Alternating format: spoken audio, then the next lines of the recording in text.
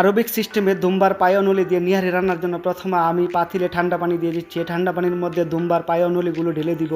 এখন আমি আগে কেটে নেওয়া পেঁয়াজ, টমেটো, দারুচিনি, তেজপাতা, ড্রাই লেমন, কাঁচামরিচ, রসুন, আদা। এখন পানিটা গরম হওয়ার পর যে ময়লাগুলো উপরে বাসছে এই ময়লাগুলো ভালোভাবে উঠিয়ে এখন আমি এগুলো দিয়ে দিব।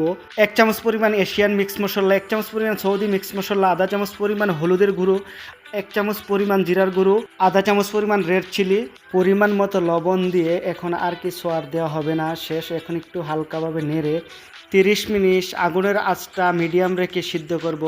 30 মিনিট হয়ে গেছে, এখন খুলে আমি আলু দিয়ে দিব।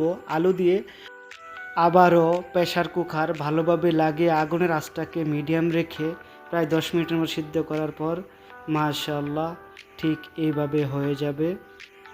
দেখুন কত সুন্দরভাবে অ্যারাবিক নিহারি রেডি হয়ে গেছে। এটা আফগান রুটি বা তন্দুরি দিয়ে খেতে অত্যন্ত সুস্বাদু।